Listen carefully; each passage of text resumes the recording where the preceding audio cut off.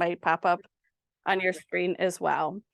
So just so that I have it for the recording, anybody who watches it later, you may not have a yoga block at home, but if you do, go ahead and access that for this practice. If you have 2 yoga blocks, that might be helpful too, but definitely a block will help. If you don't have that, most of the practices we're going to be using with the block today involves stepping on the surface. So substitute props, if you don't have a yoga block, could be something like a book. It could be I always say like a can of sparkly water, but I don't know. I wouldn't necessarily trust that. If you have like a small stool for like kids to step up to, like a sink to brush your teeth or whatever, that could be a good substitute for today. Although it actually will make your practice a little bit more challenging for what we're doing. But yeah, something that, is 2 to 3 inches tall when it's placed on the floor is should work. And hopefully you have something. And if you don't have a hard surface, you could do something with a folded blanket as long as your blanket isn't super slippery. So that being said, I'll give you just a moment. I mean, for those of you who watch this later, can of course just hit pause. But for those of you live with me, if you need to gather or collect a object to work with today, just take a moment to do that. So, and then whatever prop you have, I'll just say that I'll probably just shortcut and say block. So just know that if you're using something else, I mean the object that you're working with.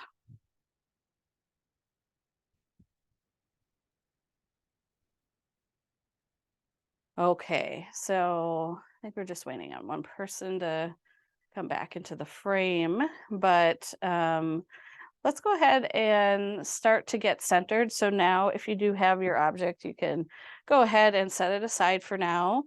Get comfortable in your chair, whether it's taking a moment to adjust on the sit bones or lean into the backrest of the chair if you'd like.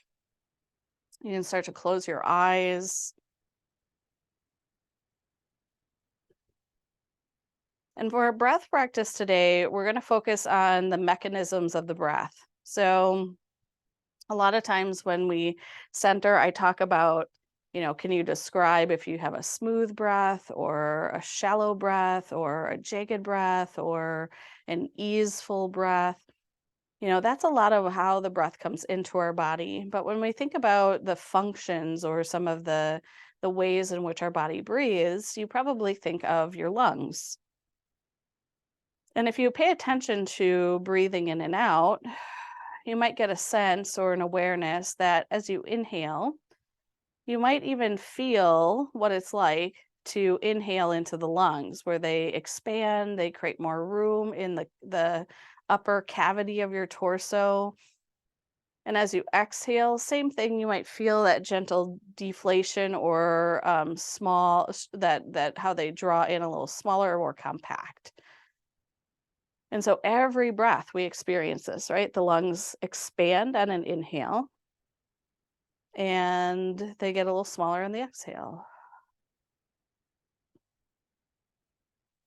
When we think about refining our awareness of the lungs and the capacity to breathe in and out, one thing that I always thought for a big chunk of my life is that our lungs are perfectly symmetrical.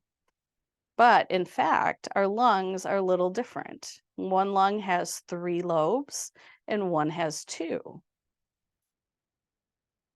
And so maybe take a moment just to notice if you can tell when you breathe in and out that one lung is just slightly larger than the other.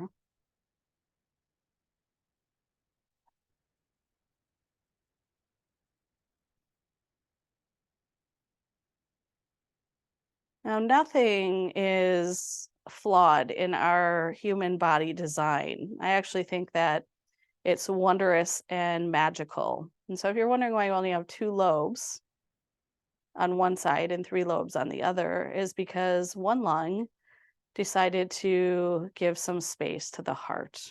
And I always think that's so sweet, right? Even our organs are kind to each other. And so, even though one lung has a little less space, it made room for our heart.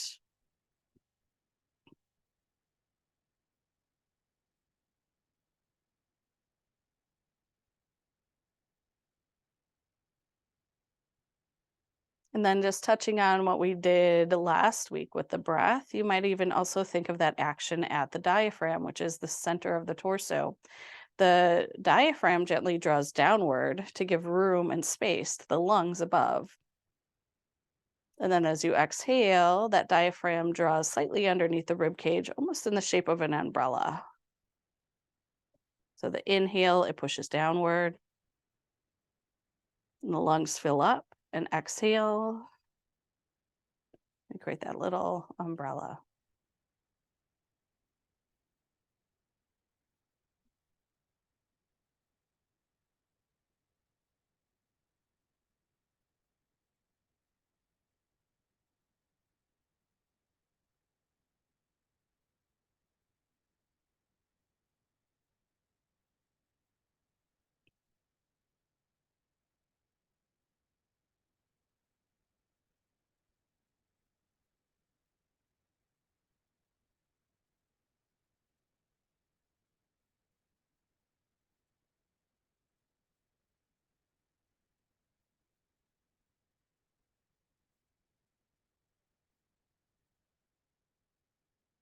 So if you need a little more time with centering, take all the time that you would like. If you feel ready to shift towards some of our movement practice today, go ahead and adjust by maybe starting to move, stretch a little bit, because we've been kind of still in one place for a moment. And then open the eyes if they've been closed. If you have a way in which you like to set up your practice with an intention, you can set up that intention for yourself. And then let's go ahead and start to do some of our work today. So we're going to begin with the block in between the two legs. And if you have an object that's similar to the block, you might notice that it has different heights. So in this scenario, if you have it in the tallest position, that might bring a little bit more challenge. You could have it in the lowest position, and then there's kind of like an in-between spot. So I think just for visual for the video, I'll have it in the highest position, but know that you really can pick what feels appropriate for you. We're going to do some strengthening for the hips. And so you want to first just start to lengthen up through the spine. Imagine that you're sitting tall, or start to feel what sitting tall in your spine is if you weren't already. And then we're going to take a deep breath in. And as you exhale, you're going to go ahead and take the right toes and tap the block. You could even rest the foot on the block. And then inhale, you're going to go ahead and place it back down. Now, as you exhale, go ahead and lift the left leg, tap or rest the foot onto the block. And then as you inhale, go ahead and lower. Exhale, draws the leg up. Inhale, lower. And we'll simply switch side to side. Now, I will say about the breath, if you're someone that usually in movement, it doesn't make much sense to connect breath and body movement. The reason why I suggested doing an exhalation as you draw that leg up and tap is because it does give more space for the body as you exhale to lift the leg up, and it gives the strength to bring the leg. So otherwise, we're just going to simply alternate touching the block with the foot and lowering. So you lift the knee up high, touch the block in the midline, and then lower.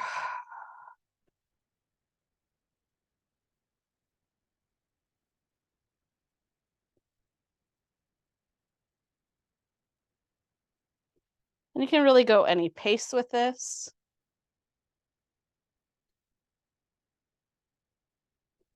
Arms can be resting here.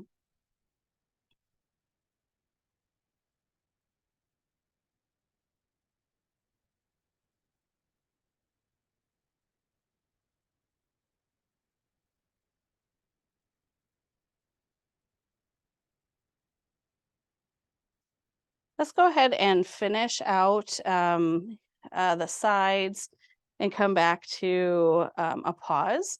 Now just notice if that did maybe impact those hips a little bit. You can kind of wiggle the hips in the chair. I always think of it as like you're cleaning the seat of your chair to relax some of the work and the muscles that might have activated for that movement. And then we're going to set up a, clamshell on the floor here. So for this one, I am going to move my block into its lowest position and widest position. And setting up the clamshell, a lot of times what we do for clamshells, we bring the soles of the feet together and let those knees fall open naturally. What I would say is that sometimes that isn't always comfortable because you are not in hip width line with the legs. And so it sometimes can do something funny for the joints. So you can either bring the soles of the feet together, or you're going to go ahead and bring the feet or the soles of the feet into that block. So you're just giving your hips a little bit more space to do the adductor work that we're going to do. And so clamshells are that you start out with the legs passive, right? And you'll take an inhale and relax the belly. And then as you exhale, you can draw those knees closer or in line. Inhale to let the knees fall open, and exhale to draw in. And again, if breath resonates with you, it's a great way to pace yourself for the practice because you still want to be intentional about the movement. But if you feel like it just doesn't work with the pace that your legs want to move, you can always not focus so much on the breath. That's okay too. And then let's go ahead and add a little resistance. So you can press the hands to the inside of the thighs, either the back of the hands or the front of the hands. You don't want to force outward, so you just want your hands relaxed. But as you draw the knees together, push the hands into the thighs and give a little resistance. So inhale, everything relaxes. Exhale, resist. Inhale, relax. Exhale, resist. Now, the fun thing is that you really get to pick the effort of resistance. So now I'm lifting my hands up off when I draw the knees out, but you don't necessarily have to. Just make sure that you're not efforting or forcing them out as you let the knees fall open, and that you only use resistance when you draw the knees in. But again, you can be very gentle with this. If it's not serving you to add resistance to this area, you can leave this out as a practice.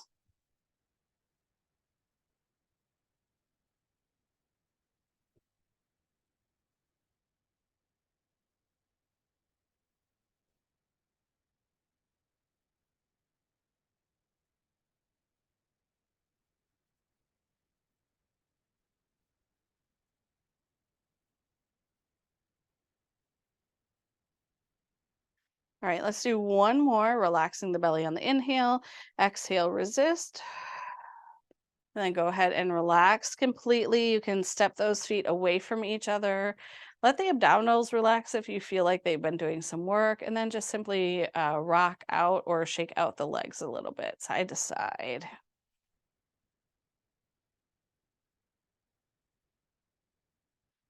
All right, so the next piece that we're going to do here is now, we have our legs where they are in mountain pose. We're going to bring the block off to the right side. Now, again, just for visual purposes, I have it in the highest position, but you can have it in a lower position too.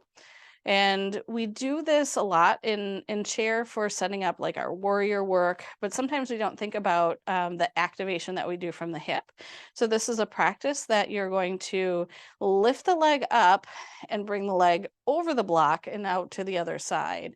And then again, to come back, you're going to pick up and return. So if you find that the block is too high or whatever prop you're using is too high, I want you to go ahead and lower the block, but I do want you to have a little obstacle there for your body to remind you to pick up as you go over to the side, and then same thing as you come back.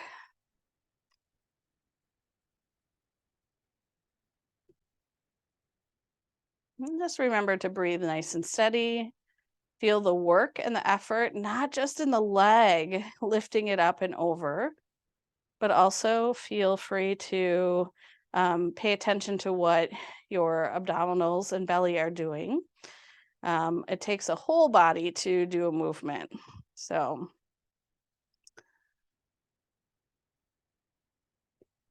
all right. So if you are starting to feel fatigued on the inside or the outside of the leg, first of all, I will say that you are doing the practice correctly.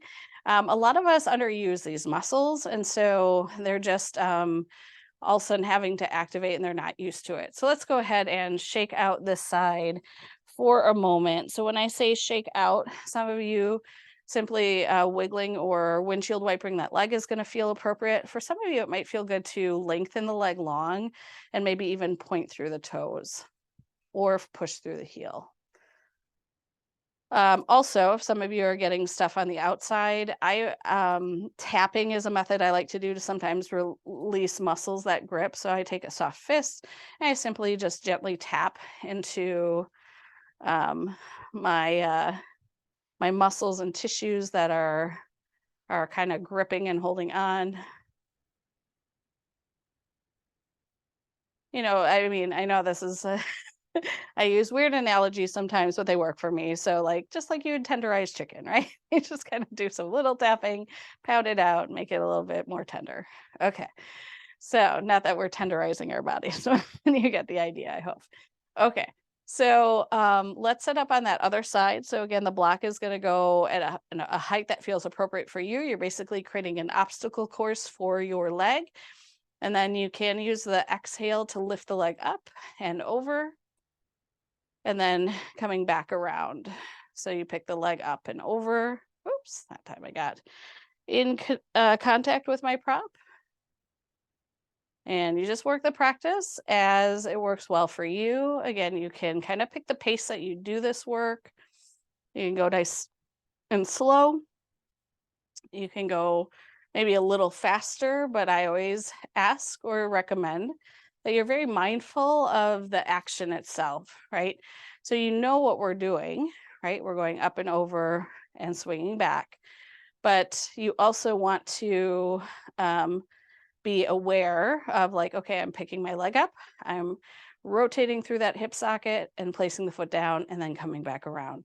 So we don't have to think about these mechanics because our body will automatically do the motion, but you do want to be purposeful.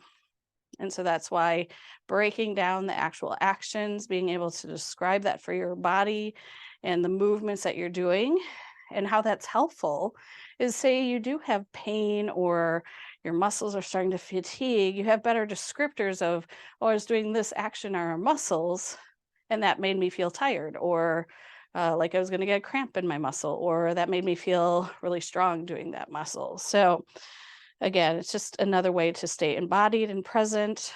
And like I said, if you're feeling a lot either to the outer thigh or inner thigh, I have weaker adductors, so I feel it on the outside of my hip, but everybody's a little different. Some of you might find this move very easy.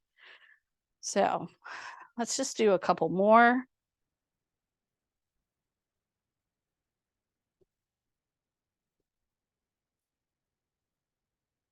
Once again, go ahead and rest after that. You could do that through lengthening the leg. You could do so by gently windshield wipering the leg.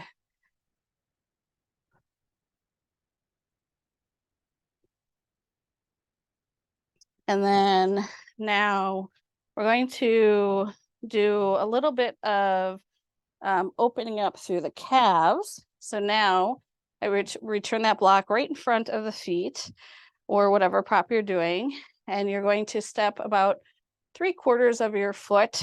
I guess it depends on what size feet you have, but you want the heels to be able to drop off of your prop. And you want to be able to let them sink below towards the floor. And so you can elevate, right? You can push through the ball of feet and lift the heels and then let them sink. So you'll probably feel this in the calves quite a bit. One thing, I think I share this with you, but whenever we activate the lower muscles, our bodies usually tend to warm up a little quicker than when we do other muscles in the body, just because they are our strongest muscles. So I'm starting to get warm. That's all I was going to say. But maybe you're feeling a little warmer too. And that partially is why, because we're using our longest, strongest muscles. And so they control a lot of our body temperature.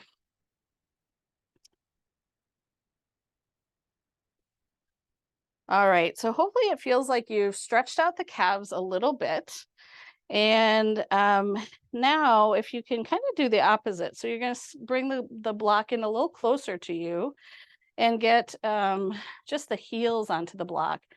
And the toes, they don't not have to touch the floor. Maybe they will for you. But now you're stretching through the front of the shin, the front of the ankle. Now, if you like movement, you could point and flex through the foot. If you really enjoy the stretch sensation through the front of the legs, you can just let the heels rest and let the toes rest out in front.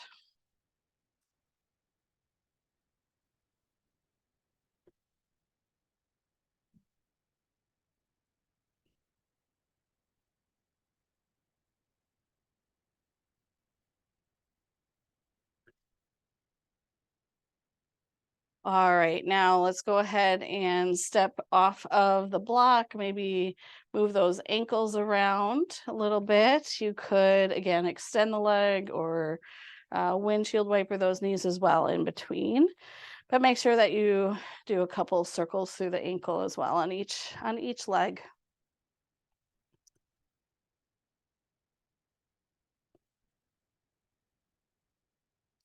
And then let's pause for some of these movements and go ahead and take a forward fold. You can round forward, coming forward over the legs. If it's comfortable having belly pressing against the thigh, you can stay there. If you feel like you're running out of room, go ahead and make the legs a little wider and lower.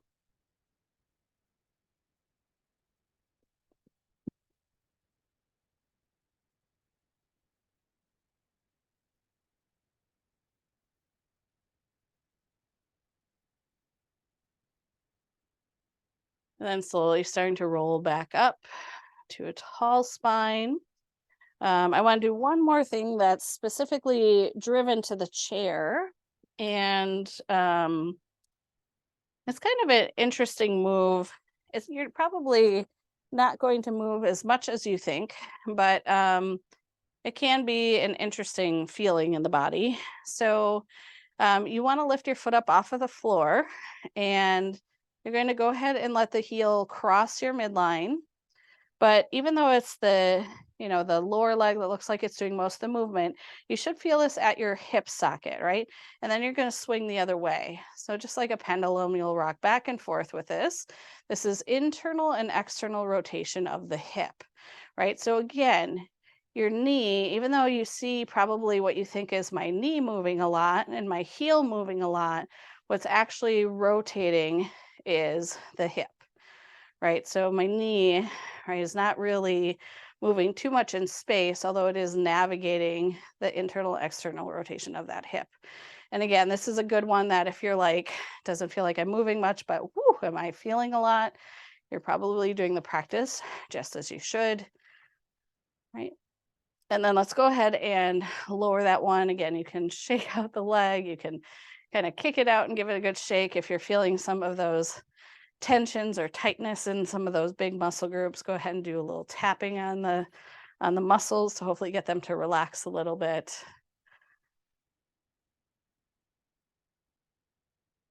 And then we'll go ahead and set up on the other side. So you can go ahead and lift the other leg, and it's the same thing. You'll draw across and out. So just know that even though I'm visually showing you this, some of you may be able to wing out considerably more than me out beyond your hip. I do not have a lot of external rotation in my hip, so it kind of looks like I'm going straight, but I am going a little bit far out, and I'm definitely feeling this on the outside of my hip. So I guess that's internal rotation actually, but I have limited range there. So your heel, your movement might be a little bit larger than this, and that's okay, right? So everybody's a little different. But I just thought I'd point it out since, some of you may feel like you're in line and you're still feeling a lot to that hip flexor, right? Because we have the leg lifted and the muscles are doing some work. All right, let's go ahead and relax that. Whew. And then shake out the leg. Again, you can tap into those muscles if that helps. You can extend the leg. Sometimes that feels really good.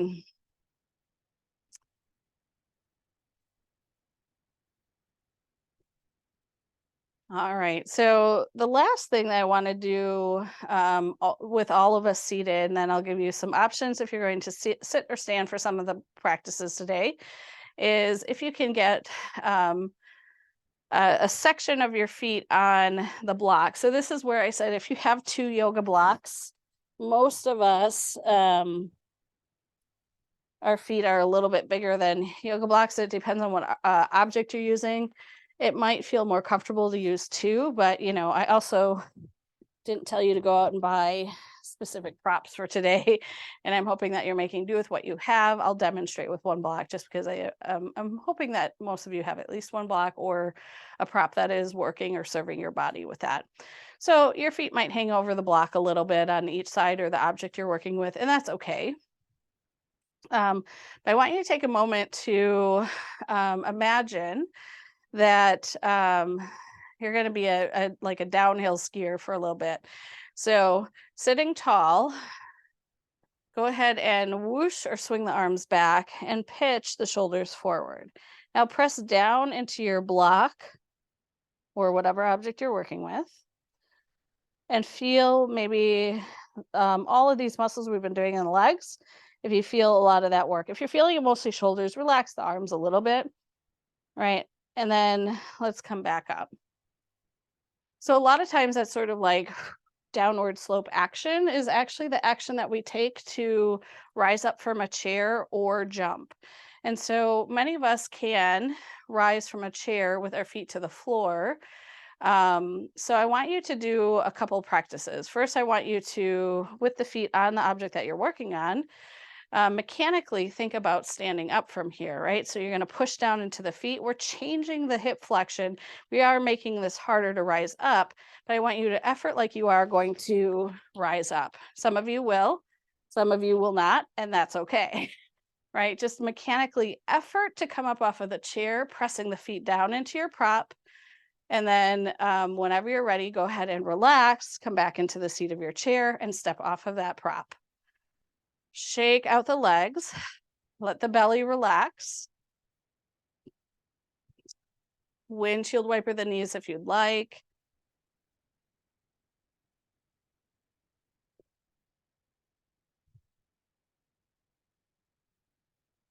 And now we're going to come into standing next.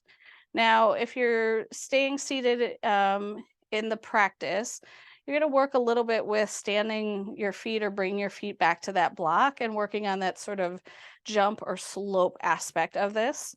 But if you're starting to come up to standing, let's go ahead and feel into that. So what I'd like you to do as far as the chair support today is if you are left-handed or right-handed, set the chair up where you know that your hand would naturally grab if you need the support.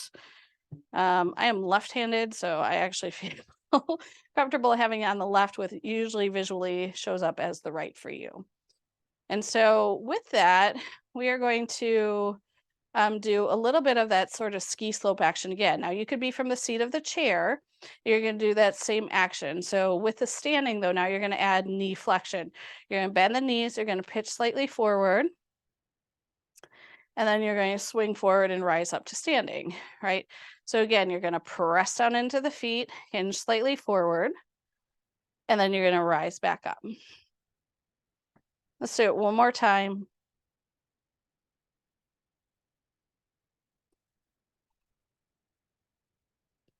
And then go ahead and pause. Again, you can shake out the legs if you need to. You can shake out the hips. We've done a lot with the hips. It might feel good to step wide and rock side to side. Again, you could always do this on the chair by acting like you're cleaning the seat of your chair with your seat. So just wiggling those hips is going to feel nice. And then let's once again come into a nice forward fold. So now you can fold over the legs if you're seated. If you're standing, you can fold forward, either bring hands to the back of the chair, the seat of the chair, or lower, whatever feels nice for you.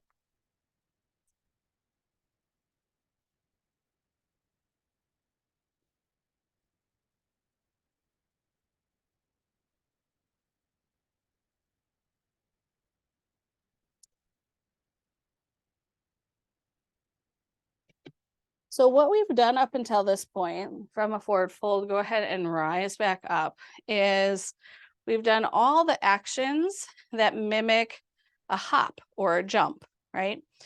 And so this next practice, I'm going to have you, again, you have, if you're standing, you have the chair right next to you. I'm going to have you stagger your feet just about a stride's width distance apart.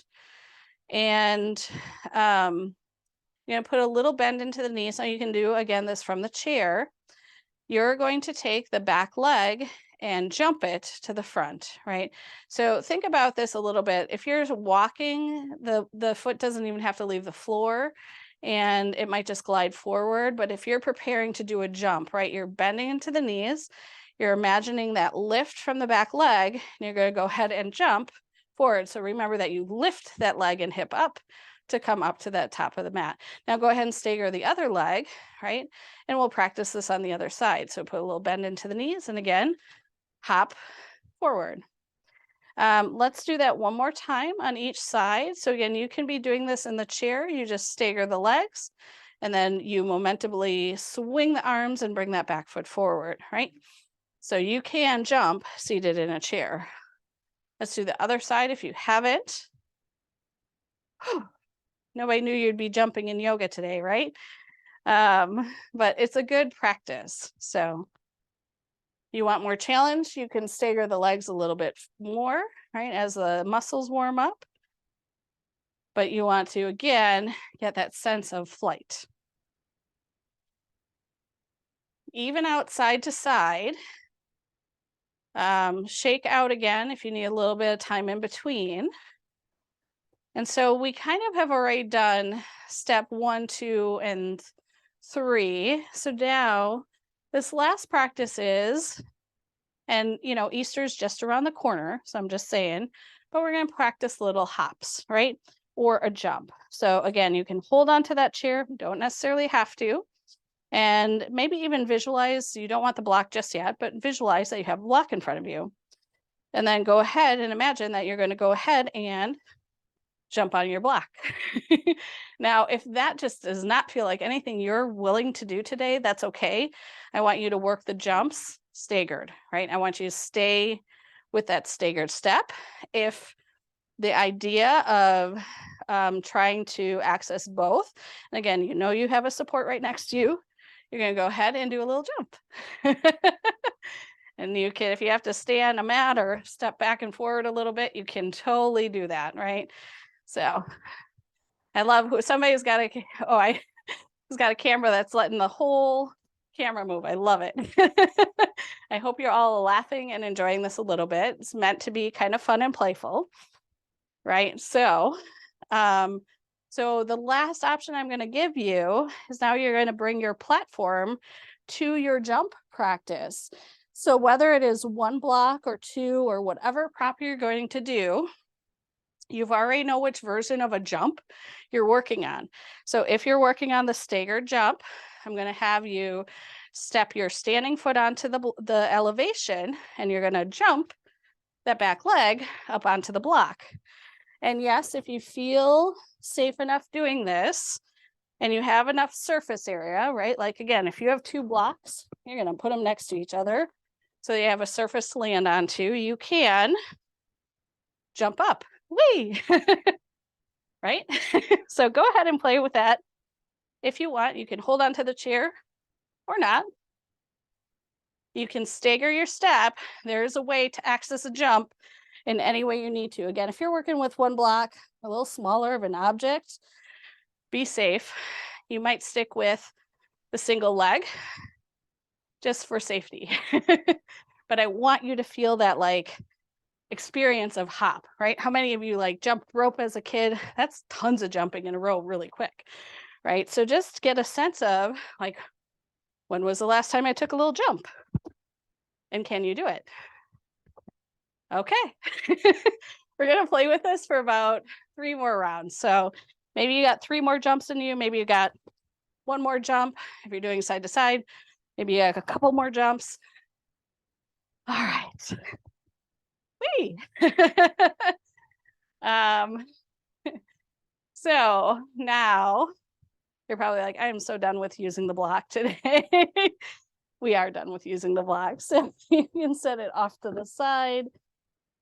Take care of your body, right? If after doing some of that jumping, your back is aware of this, go ahead and release the back into a nice forward fold. I always like to suggest, again, sometimes a little higher up forward fold, especially if you're standing, is going to release some of that low back tension a little bit better than rolling down to range, right?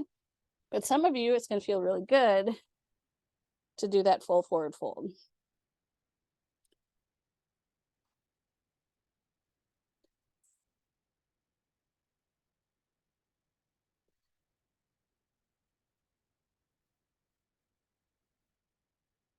All right, if you're in that forward fold, go ahead and roll up. We are going to come into warrior two next. So if you're doing seated warrior two, you're gonna go ahead and swing your right thigh around to the side and extend the other leg and open up those arms. If you are standing warrior, go ahead and step the feet wide, turn the right toes over to the side and bend into that knee for warrior two. So warrior two, you can reach those arms in opposite direction. You can hold onto the chair for support if you need it. Just going to feel your presence in the posture. Breathe here. Maybe appreciate how awesome it is to have the floor stay there and not really remove yourself from the floor, right? We're going to anchor down into warrior two. You can flip the front palm up. Let's bring this into goddess pose. So the legs are going to stay the same. The arms are going to move. You can always alternately do fingertips to the collarbone if that's a better option for you today. And then open back up warrior two. Warrior two coming into extended side angle prep, which is forearm to that front thigh. That other arm can hold onto the chair if you're behind it or extend long. And again, if you're on the chair, the arms are the same, the legs are the same.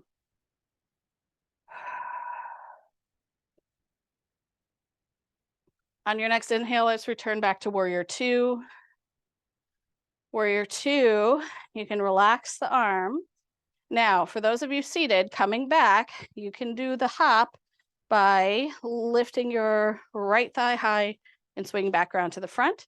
For those of you who are standing, here's an opportunity to bring in one more jump, extend the leg, parallel the feet, and from wide, you can simply step back in or you can hop.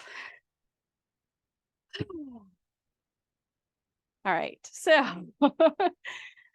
feel free to shake things out if you need to, right? If you're feeling this a lot in the hips, step wide, shake the legs a little side to side.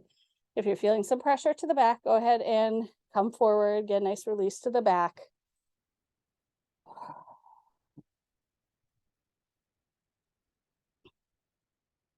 Yeah, I say spring is around the corner, but yes, I know there's snow outside, but why not bring in a little jumping joy today, right?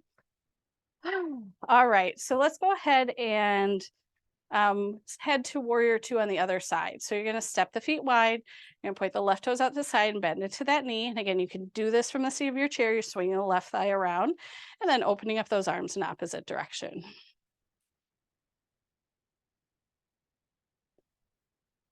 Flipping the front palm up to the sky, reach it up and back for goddess warrior.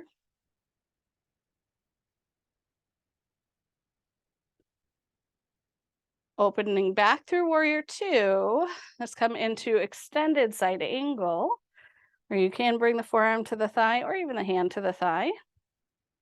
And the other arm, again, pick something that feels safe and comfortable for you.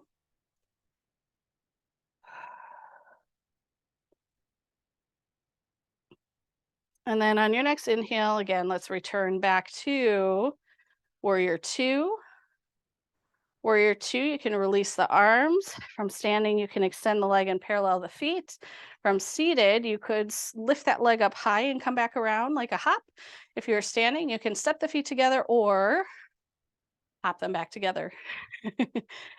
All right, so shake out the feet if you need to, right? They've done a lot for us today. Shake out the hips if you need to. We've done a lot of hip work today, strengtheners and stretchers. You can hula hoop the hips, you can shift side to side.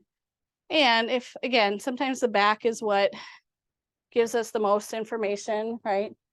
You can always take a forward fold. We've got about 3 more breaths, and then we're going to transition back to the seat of the chair.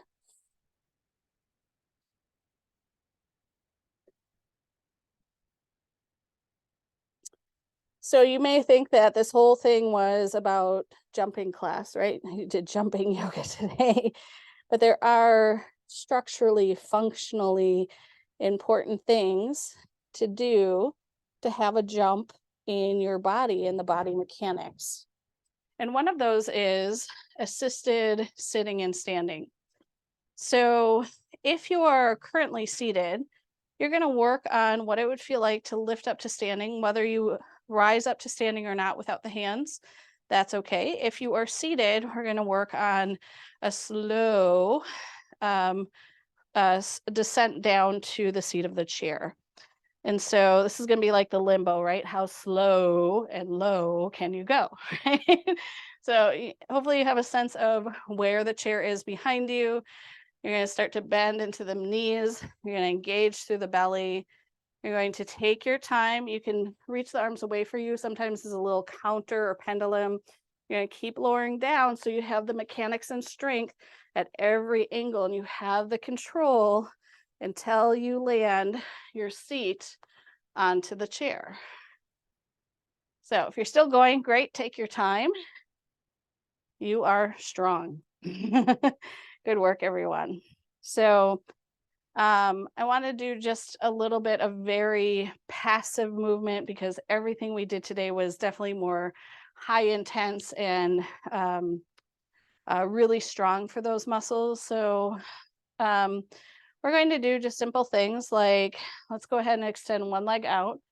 And then you're going to internally and externally rotate from the hip. So the toes are going to point out, the toes are going to point in, but this is again coming from the hip socket. The knee it will move with the leg, of course, but the knee should be at rest. Go ahead and do that on the other side. Extend the leg out, heel into the floor. Then you're going to turn the toes in and out, externally and internally rotating from that hip.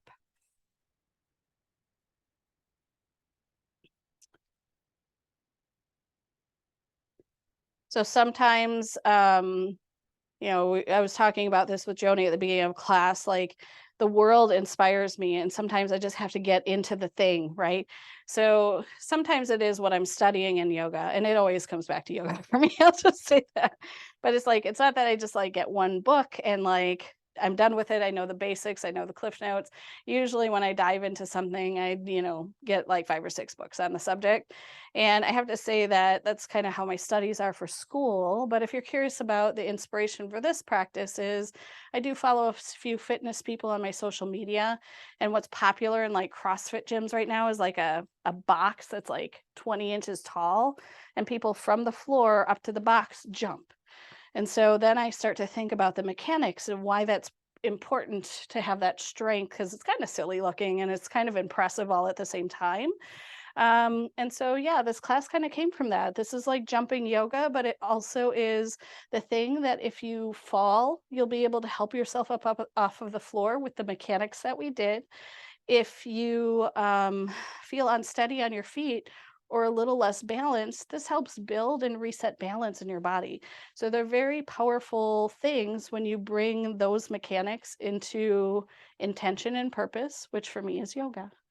So if there's any other stretch you need before just taking a moment to integrate all of this, all of the yoga, you might do a little twist side to side. You might extend out through all of the limbs. We didn't do pigeon pose, but again, we did so much on the hips today. You might not want to do that figure 4 pigeon pose that we usually do at the end of class, although some of you might say like, oh yes, that's exactly what I need for my body. Take a couple breaths on each side, your choice or yogi's choice for this. And you can also start to come into your Shavasana or rest. And so Shavasana, when we bring it all together, you do want to find what feels like the most comfortable way you can be.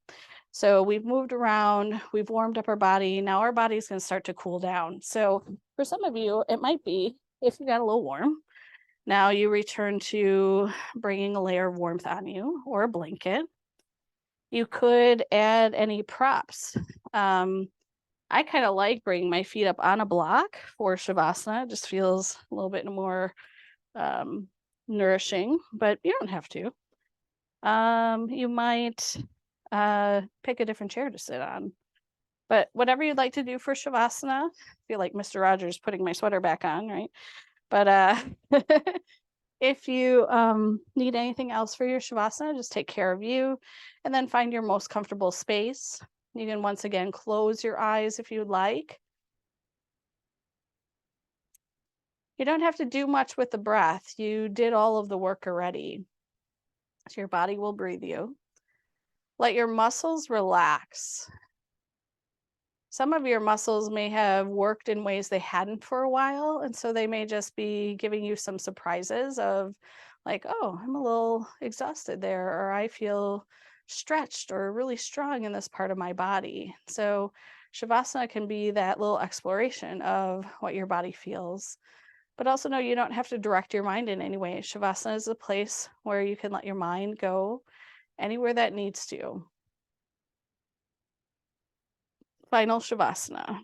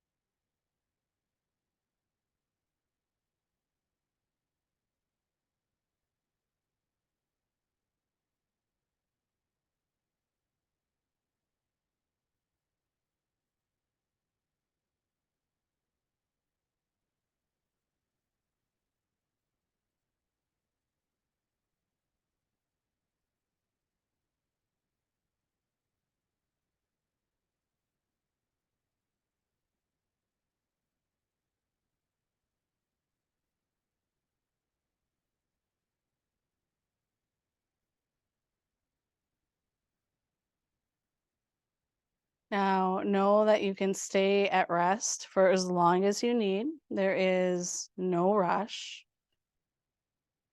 You might find that your body just needs a little more time in this relaxed space because of all of the energy we used.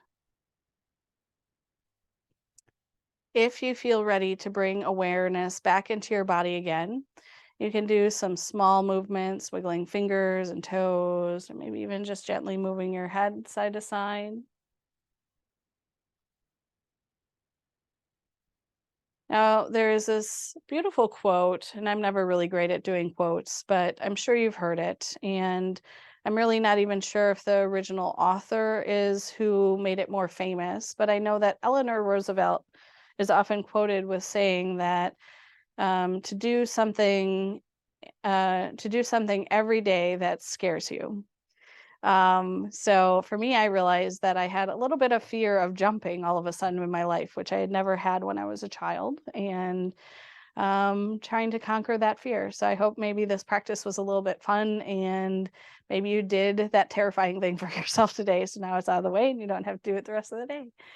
If you feel ready to close back together in community, go ahead and sit brightly in your seat. You can open the eyes if they were closed. And the mudra I want to offer is, again, very connected to what we did today. So there are ways in which yogis talk about energy in the body, and Apana mudra is where we touch the two index fingers together. And you might even notice, even if you keep them a little distance, that there's a little bit of current or energy that goes in between the fingertips when you get them close together or near each other. Now, if you have nails, right, you might have to angle this up a little bit. I have pretty short nails, so I can go tip to tip, but just know you can accommodate anything that you need in your body. And maybe even just take a moment to feel, do you feel a current or a surge of energy? If you're curious about the direction of this particular Vayu, Vayu is the winds that are in our body. This one goes up. So quite literally like a jump. There are 5 Vayus, but we worked on Apana Vayu today. This is Apana Vayu Mudra. So it's in this mudra, I'd like to offer our Om. Know that you can join in with your voice or ears, whatever serves you best. We'll exhale, inhale, and then Om. So whenever you're ready, exhale out all the air in your body. Take a deep breath in.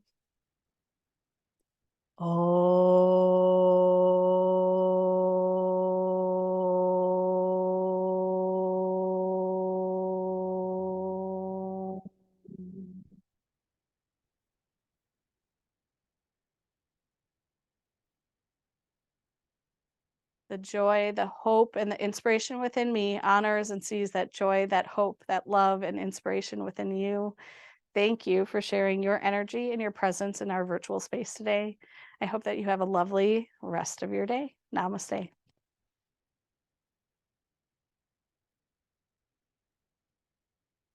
As always, I will stay on if anybody needs anything. Otherwise, like I said, have a great day, everyone. And I will go ahead and stop the recording.